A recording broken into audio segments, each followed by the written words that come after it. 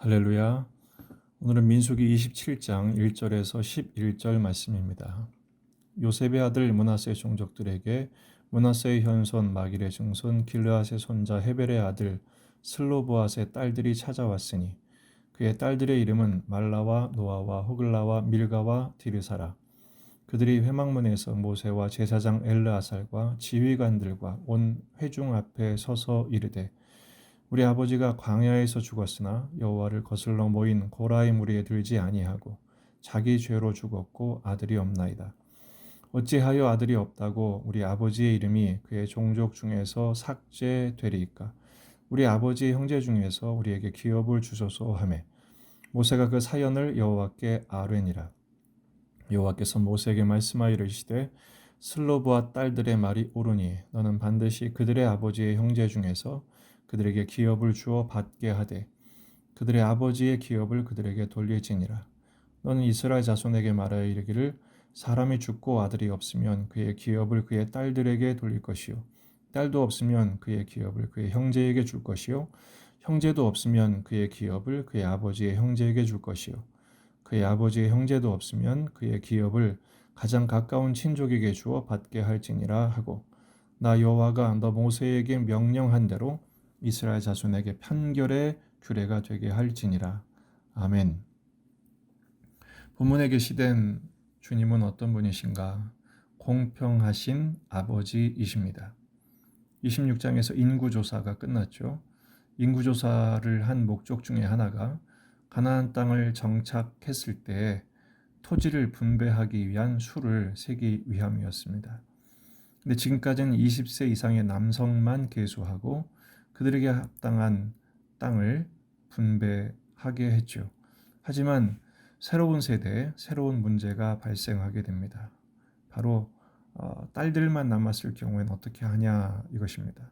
슬로보앗의 5딸들이 정말로 용감하게 자신들의 형편을 호소합니다. 2절을 보면 그들의 회막문에서 모세와 제사장 엘르아살과 지휘관들과 온 회중 앞에 서서 호소를 합니다. 무슨 말입니까? 아버지가 돌아가셨는데 아들은 없습니다. 근데 4절 어찌하여 아들이 없다고 우리 아버지의 이름이 그의 종족 중에서 삭제되리이까? 우리 아버지의 형제 중에서 우리에게 기업을 주십시오라고 요청한 것입니다. 굉장히 파격적인 발언이죠. 당시 문화는 가부장적이고 남성 중심이었으며 불평등한 문화가 일상이었습니다. 여성들은 수에 들지도 않았죠. 계수 대상도 20세 이상 남성만 세지 않았습니까? 우리나라도 아들과 딸의 상속이 동등하게 된 때가 1991년에 불과합니다. 그러니까 당시로서는 엄청나게 파격적이고 대담한 발언이었습니다. 근데 모세가 그 요청을 무시하지 않습니다. 5절 모세가 그 사연을 여호와께 아뢰니라. 그러자 6절 여호와께서 모세에게 이렇게 말씀하십니다. 슬로보아 딸들의 말이 옳으니. 하나님은 이 딸들의 요청에 열린 마음으로 응답하십니다. 그리고 획기적인 새로운 판례를 허락하십니다. 부당한 계층의 복권 그리고 사회 개혁을 말씀을 통해서 그들의 부당한 문화를 깨뜨리시는 놀라운 말씀을 하시는 것이죠. 아들이 없으면 기업을 딸에게 주라. 또 딸이 없으면 그 기업을 형제에게 주고 형제도 없으면 그 기업을 아버지에게 주어서 모든 사람이 기업을 나눌 수 있도록 기회를 주십니다. 놀라운 말씀이죠. 오늘 이 말씀을 통해서 우리는 두 가지 교훈을 적용할 수 있습니다. 첫째, 하나님 아버지의 이름을 위한 용기를 가질 필요가 있다는 것입니다. 슬로보앗의 딸들이 정말로 대담하게 모세, 제사장, 지휘관들, 온 회중 앞에서 자신들의 소견을 말하죠. 오직 무엇을 위해서입니까? 우리 아버지의 이름이 어떻게 삭제되어야 합니까? 라는 것입니다. 어린 다윗이 여호와의 이름이 모욕을 당하자 골리앗 앞에서 의분을 보였던 것처럼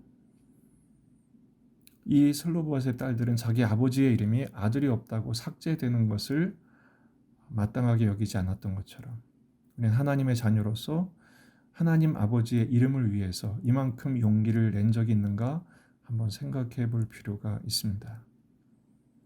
하나님은 우리를 위해 그리고 당신의 이름을 위하여 우리를 소생시키시고 구원하시고 지금까지 인도해 주셨는데 우리는 그 하나님 아버지의 이름을 얼마나 소중히 여기고 그 하나님의 영광을 위해서 내 알량한 자존심조차 내려놓고 이렇게 용기 있게 나설 수 있을까?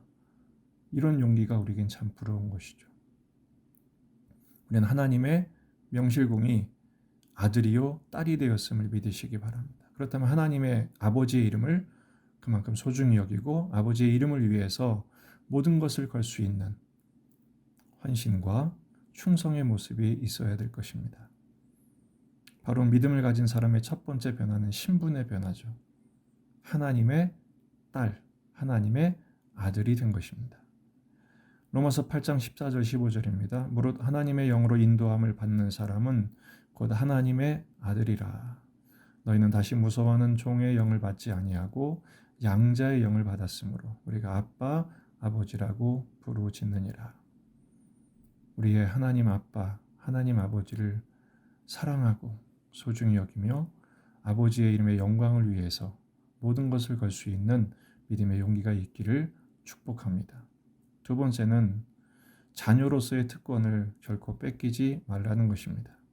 슬로보앗의 딸들은 아들이 없다고 해서 아버지의 기업이 송두리째 사라지는 것을 용납하지 않았습니다.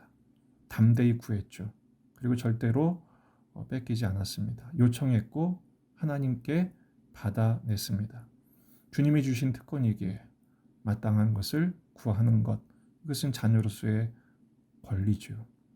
갈라디아서 3장 28절 29절 너희는 유대인이나 헬라인이나 종이나 자유인이나 남자나 여자나 다 그리스도 예수 안에서 하나이니라. 너희가 그리스도의 것이면 곧 아브라함의 자손이요 약속대로 유업을 이을 자니라. 아멘. 우리는 하나님의 자녀임과 동시에 하나님의 자녀로서 아버지의 것을 유업으로 받을 자격이 있는 자들임을 잊지 마십시오. 아까 읽었던 로마서 8장 그 이후의 말씀입니다. 16절 17절 성령이 친히 우리의 영과 더불어 우리가 하나님의 자녀인 것을 증언하시나니 자녀이면 또한 상속자 곧 하나님의 상속자요 그리스도와 함께한 상속자니 우리가 그와 함께 영광을 받기 위하여 고난도 함께 받아야 할 것이니라. 아멘. 하나님이 하나님 나라의 왕이신 것처럼 우리는 그 하나님 나라의 자녀라면 하나님 나라를 상속받을 후계자가 되는 것입니다. 오늘 우리가 현실의 삶을 살아갈 때 고난과 눈물이 마르지 않는 삶이 계속되는 이유는 그 하나님 나라를 상속하기 위한 후계자 수업을 하고 있는 중이라고 생각하시면 아마 위로가 되고 동기와 또 용기가 될 것입니다. 하나님 나라는 바로 우리의 것입니다. 그러나 아무나 가질 수 없죠. 자녀다운 자녀가 되어야 하기에 오늘도 주님은 오늘의 분량을 채우고 그 과정을 통해서 우리를 성장시키시고 우리를 하나님 나라의 자녀다운 상속자다운 모습으로 세워 가실 것입니다. 하나님 아버지께서 오늘도 우리를 지키십니다. 우리와 함께 하십니다. 하나님 나라에 대한 비전과 소망을 잃지 마시고 오늘 주어진 삶을 하나님 아버지의 이름을 위하여 또 하나님의 아버지의 이름을 구하며 아버지의 은총을 힘입어 승리하는 복된 한날이 되시기를 주의 이름으로 축원합니다.